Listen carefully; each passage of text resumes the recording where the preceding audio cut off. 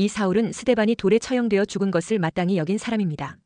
그리고 스데반이 처형된 것을 동력으로 기독교 박멸 운동에 적극 나선 인물이 바로 사울입니다. 사도행전 8장 3절에 사울이 교회를 잔멸할세 각 집에 들어가 남녀를 끌어다가 옥에 넘기니라 했습니다. 이 같은 사울이 극적으로 회개하고 돌이키는 사건이 다메섹 도상에서 부활하신 예수님을 직접 만나면서 일어나게 됩니다. 대제사장과 바리새인들의 전통적인 가르침에 근거하여 고난받아 저주의 나무에 달려 죽은 자가 이스라엘의 메시아가 된다는 것은 결코 있을 수 없는 일이라고 여긴 것입니다.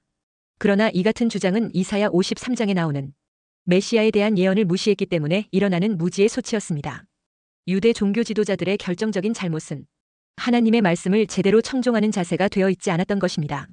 지나친 선민 사상에 몰입된 나머지 아브라함의 복에서 말하는 언약의 백성으로서 그들 민족을 통해 온 세상 열방을 복되게 만드는 복의 근원으로 쓰임받는다는 중요한 사실을 너무 가볍게 여긴 것입니다. 하나님의 언약의 방점이 그들 자신들에게 있는 것이 아니라 그들을 통해 온 세상 열방을 구원하는 것에 있다는 점을 놓친 것입니다. 그러니까 민족 구원이 결론이 아니라 세계 열방 구원이 결론이었던 것입니다. 그런데 선민 사상으로 거만해진 그들은 서론에 불과한 민족 구원이 곧 결론이며 목적인 양 자화자찬하고 유대 민족이 하나님의 구원의 언약에 있어 최종 목표인 양 설레발을 친 것이 문제였던 것입니다. 다시 말해 하나님의 언약의 핵심을 완전히 거꾸로 짚은 것입니다. 팔이 안으로 굽어도 너무 굽은 편협하고 이기적인 성경 해석을 한 것입니다. 그러니 성경 해석이 하나님이 원하시는 인류 구원의 방주가 망망대해 바다로 나아가지 않고 갈 수도 없고 가지 말아야 할 유대 민족주의 산으로 올라간 것입니다. 참으로 한심한 일이 아닐 수 없습니다. 구약 성경을 모두 달달 외우는 지경이 될 정도로 성경 연구를 많이 한 바리새인들조차 하나님께서 무엇을 말씀하시는지 그것에 귀를 기울이려는 자세를 유대 선민 사상이 아예 없애버리게 만들었던 것입니다. 그렇게 유대 선민 사상 프레임을 포기하지 않으니 하나님이 주시고자 하는 언약의 핵심을 놓칠 수밖에 없었던 것입니다. 사울도 그 영향 하에 있었기 때문에 예수님을 대적하고 교회를 잔멸하는 사악한 도구로 쓰임받게 되었던 것입니다. 이렇게 잘못된 선입견과 프레임으로 세뇌되어 교육받았으니 진짜 중요한 성경 해석이 안 되는 것입니다. 이사야 53장 4절 5절에 그는 실로 우리의 질고를 지고 우리의 슬픔을 당하였거늘 우리는 생각하기를 그는 징벌을 받아 하나님께 맞으며 고난을 당한다 하였노라. 그가 찔림은 우리의 허물 때문이요 그가 상함은 우리의 죄악 때문이라. 그가 징계를 받음으로 우리는 평화를 누리고 그가 채찍에 맞음으로 우리는 나음을 받았도다 했습니다. 이 고난 받는 종에 대한 말씀이 이해가 안 되고 해석이 안 되었던 것입니다. 그렇다면 끝까지 씨름하고 기도하며 이게 무슨 의미인지 하나님께 묻고 또 물어야지 왜 해석도 안 된다면서 함부로 난해구절로 분류해서 덮어버립니까?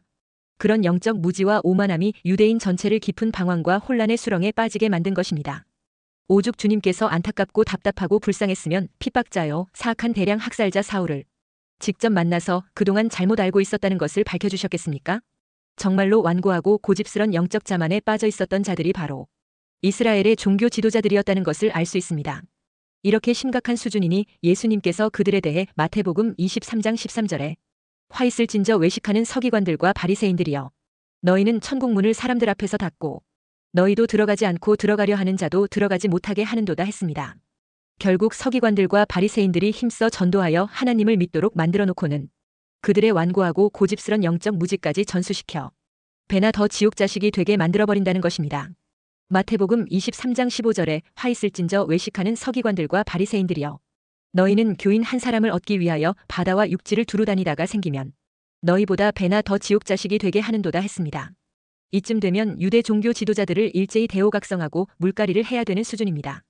그러나 그들은 한번 붙잡은 명예와 권세와 종교적 주도권을 모든 수단과 방법을 다 동원하여 절대 빼앗기지 않으려 하기 때문에 오늘날까지 이사야 53장은 언급해서는 안 되는 난해구절로서 성경에서 없는 것 취급해야 하는 말씀으로 불문율처럼 여겨지고 있다는 것입니다. 가장 하나님의 은혜를 많이 입고 가장 하나님 가까이 있었으면서 가장 하나님의 말씀을 듣는 자세가 안 되어 있는 민족이 바로 이스라엘 민족이라고 해도 과언이 아닌 것입니다. 사무엘이 하나님 음성을 듣는 법을 엘리 제사장에게서 배운 것처럼 하나님 말씀을 듣는 법을 배워야 합니다. 이 말씀을 들을 때는 이런저런 의미가 있을 것이라는 어떤 선입견으로 들어서는 안 되는 것입니다.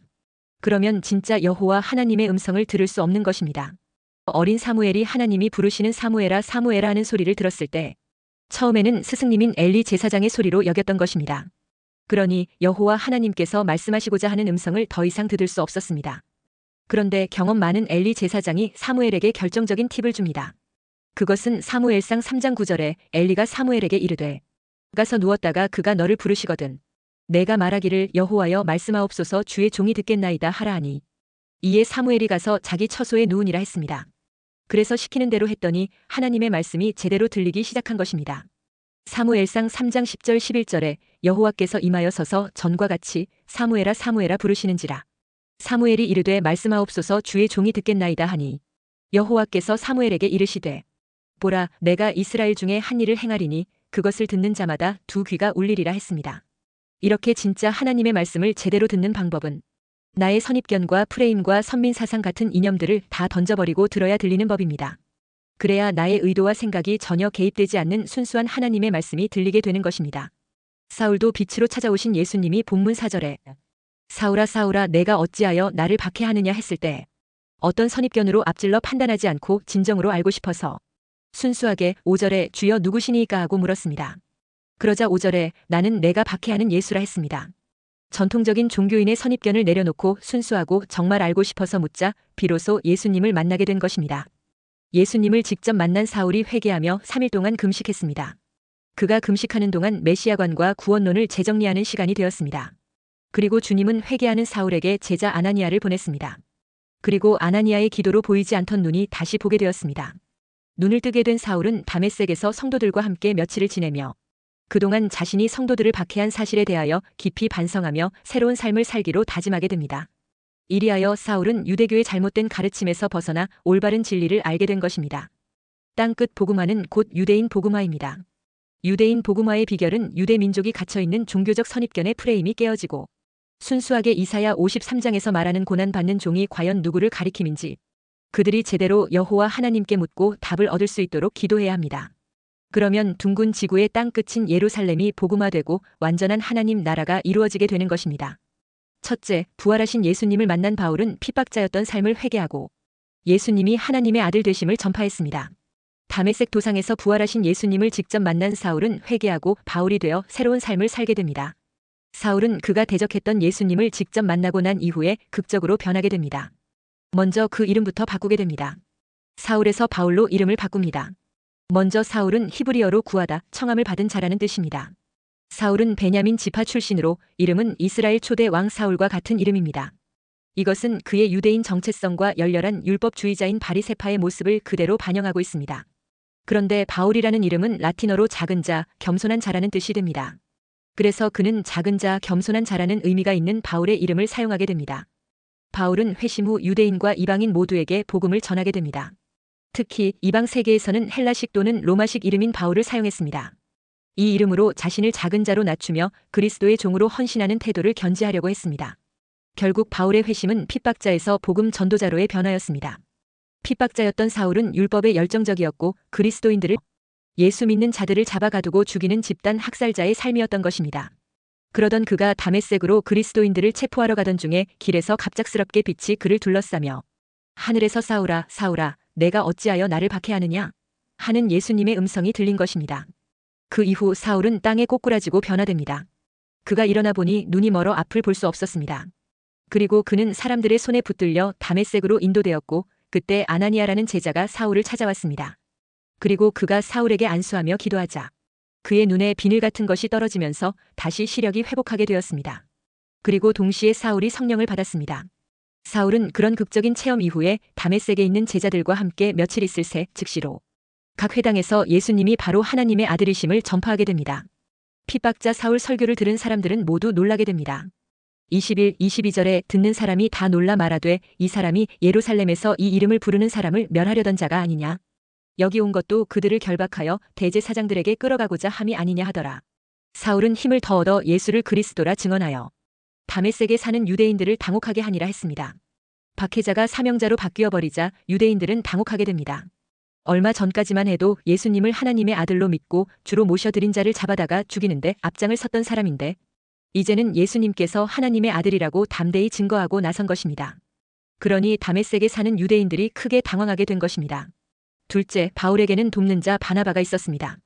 회심한 바울은 그 이후 3년 동안 아라비아에서 체류하며 조용히 준비를 했습니다. 바울이 예루살렘으로 다시 들어가기 전에 3년 동안 아라비아로 갔습니다.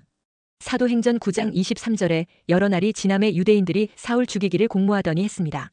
여기서 말하는 여러 날은 바울이 아라비아로 가서 3년의 세월을 보낸 기간을 말하고 있습니다. 갈라디아서 1장 15절에서 17절에 그러나 내 어머니의 태로부터 나를 택정하시고 그의 은혜로 나를 부르시니가 그의 아들을 이방에 전하기 위하여 그를 내 속에 나타내시기를 기뻐하셨을 때에 내가 곧 혈육과 의논하지 아니하고 또 나보다 먼저 사도된 자들을 만나려고 예루살렘으로 가지 아니하고 아라비아로 갔다가 다시 다메섹으로 돌아갔노라 했습니다. 이때 바울은 시내산이 가까운 아라비아로 간 것으로 보입니다.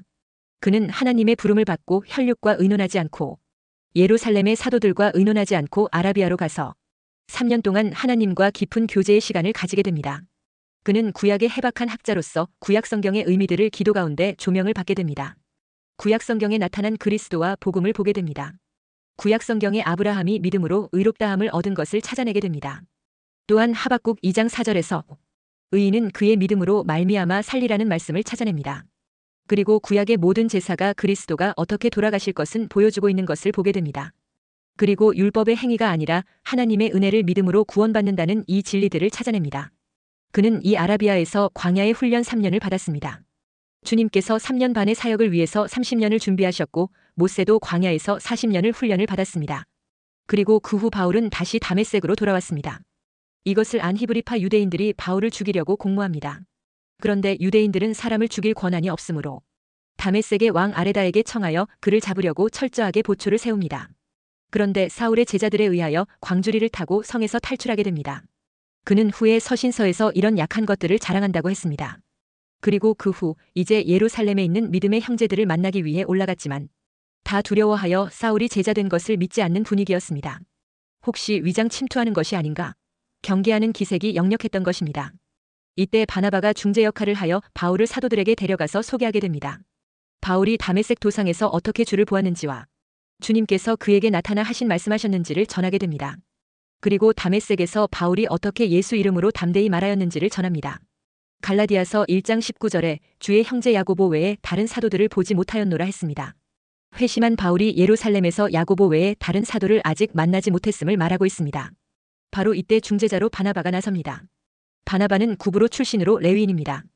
그는 설교하는 능력과 위로하는 능력이 인정되어 바나바라는 이름이 사도들에 의해 주어진 자입니다. 그리고 바나바는 자신의 소유를 팔아 교회에 바친 자입니다. 후에 이 바나바가 사울을 돕는 자로 나옵니다. 사울을 예루살렘 교회에 변호하고 소개함으로써 예루살렘 교회에서 사울을 한 형제로 받아들이게 됩니다.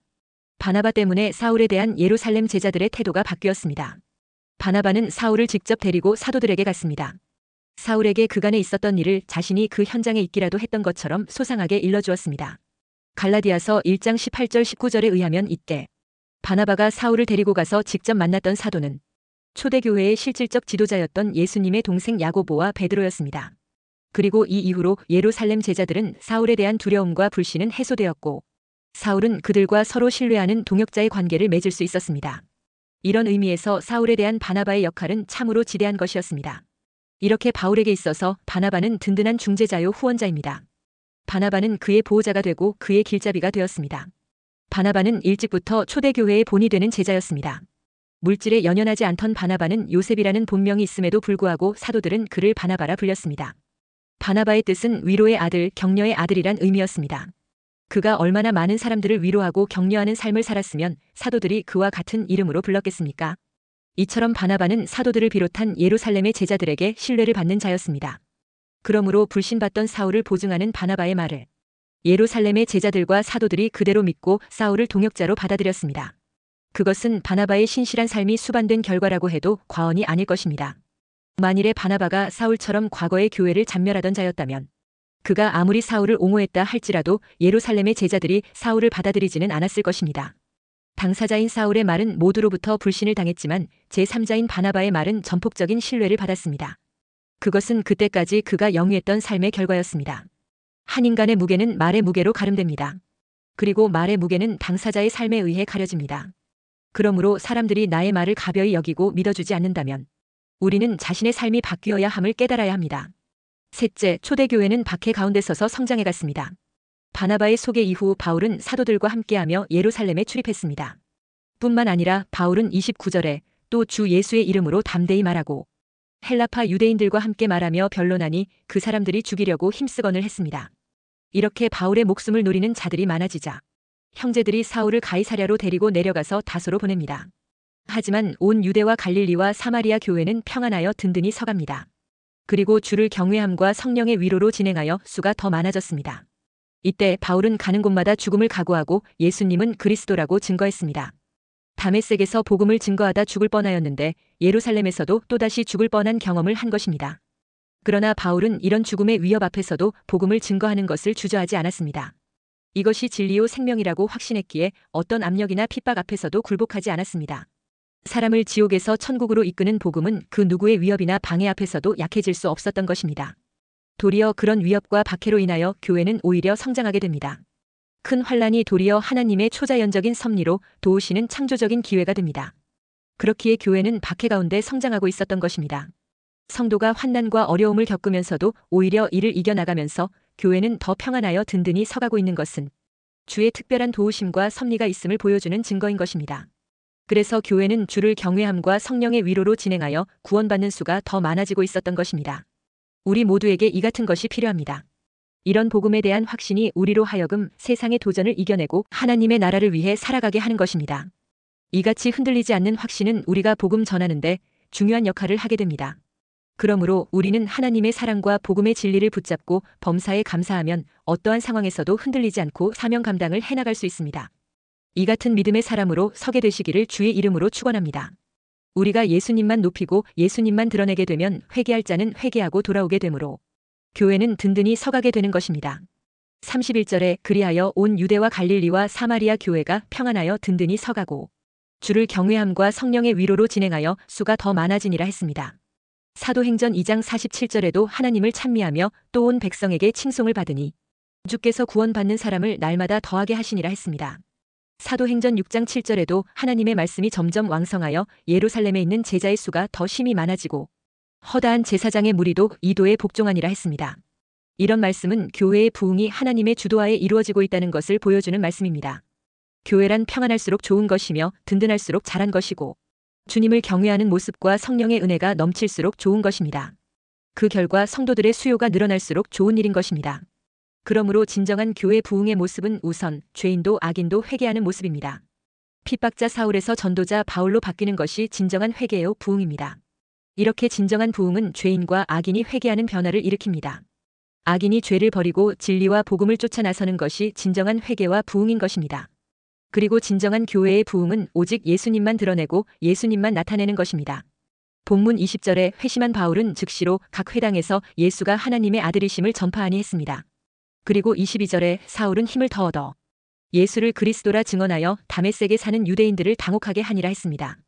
우리가 성경에서 예수만 나타내고 예수만 드러낸다면 그것이 진정한 부흥입니다.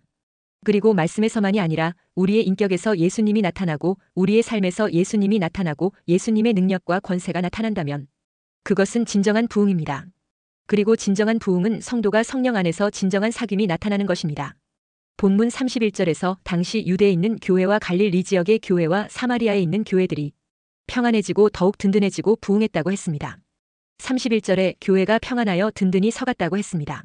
그러나 실상은 당시 초대교회는 성령님의 역사를 힘입어 복음을 전하는 것 때문에 핍박을 받고 여기저기로 흩어져 고난을 받게 되는 일들이 허다했습니다. 그러면 교회가 평안하여 든든히 서갔다는 말이 무슨 의미입니까? 본문 31절에 그리하여 하는 말로 시작합니다. 그러니까 어떤 일로 인하여 교회가 평안하여 든든히 서갔다는 뜻입니다. 그 어떤 일이 뭡니까? 그것은 바울이 고난받는 일을 가리킵니다. 바울이 당한 죽음의 위기들과 고난들로 인하여 교회가 평안하여 든든히 서갔다는 것입니다. 도대체 바울이 당한 고난들이 교회가 평안하여 든든히 서가는 것과 무슨 연관이 있는 것입니까? 그 말의 의미는 31절에 주를 경외함과 성령의 위로로 진행하여 수가 더 많아지니라는 말씀에서 찾아볼 수 있습니다. 즉 교회가 평안하고 든든히 서가며 부흥하는 이유는 사울과 같이 고난과 어려움을 당한다고 하여도 예수님을 경외하고 성령님의 위로를 받으면서 살아가는 삶을 살아갈 때 이루어지는 결과라는 것입니다. 다시 말해 고난과 어려움이 없어서 평안하고 그래서 교회가 든든히 서가고 성장하는 것이 아니라는 것입니다. 오히려 고난 속에서도 하나님을 바라보고 성령님의 위로를 받기에 평안을 누리게 되고 그런 속에서 오히려 교회가 견고히 성장하게 된다는 것입니다. 신앙은 고난과 어려움에서 자라난다는 것을 말하고 있는 것입니다. 따라서 고난과 어려움을 하나님의 살아계심을 보게 하는 것입니다. 하나님의 사랑이 나를 붙들고 있음을 알게 하는 것이 성령님의 위로입니다. 믿음은 어떤 고난에서도 오히려 하나님이 나를 붙드시고 인도하심을 믿게 되는 것입니다. 그래서 고통과 어려움에서도 평안하여 든든히 서가는 것입니다. 사울이 당한 고난과 어려움을 말하면서 고난 중에서도 서로 격려하여 교회가 평안하여 든든히 서갔다는 것입니다. 그러니까 고난과 어려움에서도 주를 경외함과 성령님의 위로가 있었다는 것입니다. 바울은 어떤 위협 앞에서도 오직 주님만을 바라보았습니다. 성도에게 든든함과 평안은 오직 하나님입니다. 때로는 아무것도 없고 실망과 낙심할 수밖에 없는 환경 가운데서 주를 바라보는 것이 오히려 우리를 평안하여 든든하게 서게 하는 비결입니다. 이러한 평안과 든든함이 여러분들의 삶 속에서 늘 함께 하시기를 주의 이름으로 축원합니다.